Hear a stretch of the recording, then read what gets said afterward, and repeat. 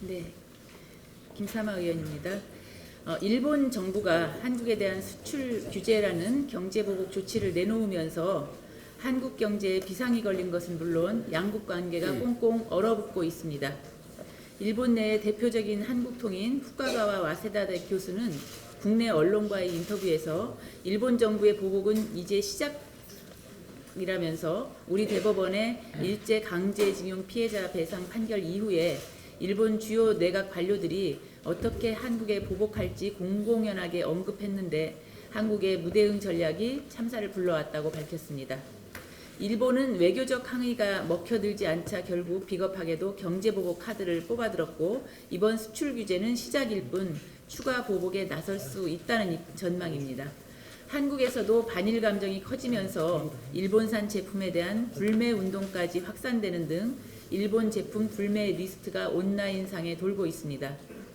때문에 일본뿐만 아니라 미국과 영국 등의 언론에서도 아베 정부의 경제보복을 비판하면서 일본의 제재에 우려를 제기하고 있습니다. 하지만 오히려 우리 정부는 한심하게도 일본의 경제보복에 대해서 별로 심각해하지 않는 것 같습니다.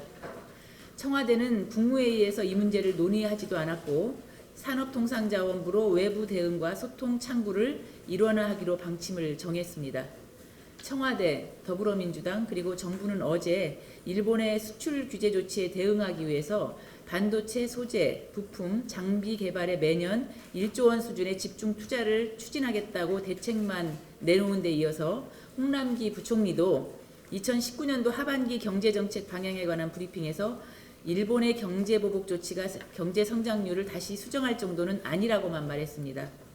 일본의 보복이 국내의 반일 감정을 불러일으켜서 정치적으로 손해볼 게 없다는 계산에서 그런 것인지는 몰라도 지금 한국 경제의 현실을 놓고 보면 한심하기 그지없습니다.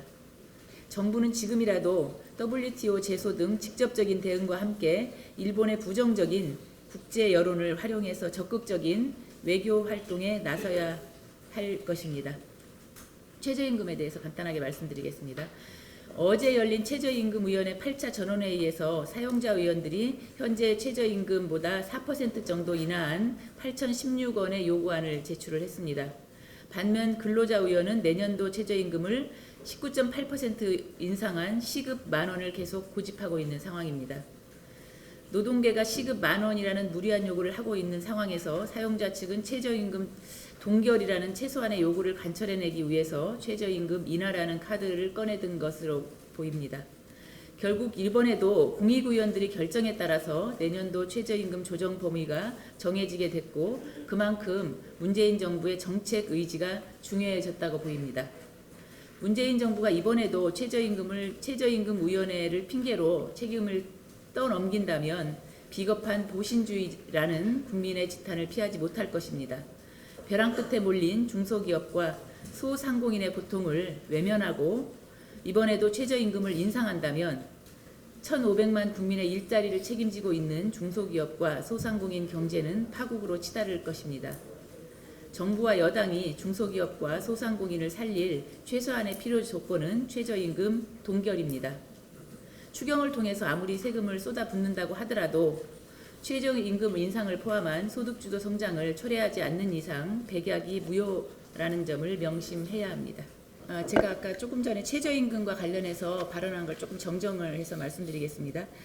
최저임금위원회 사용자 의원들이 최저임금 요구안 제출한 것에 대해서 최초 언론 보도를 보고 제가 정리를 해서 말씀드렸는데 최종적으로 최저임금위원회에서 발표한 것으로 좀 수정을 해서 말씀을 드리겠습니다.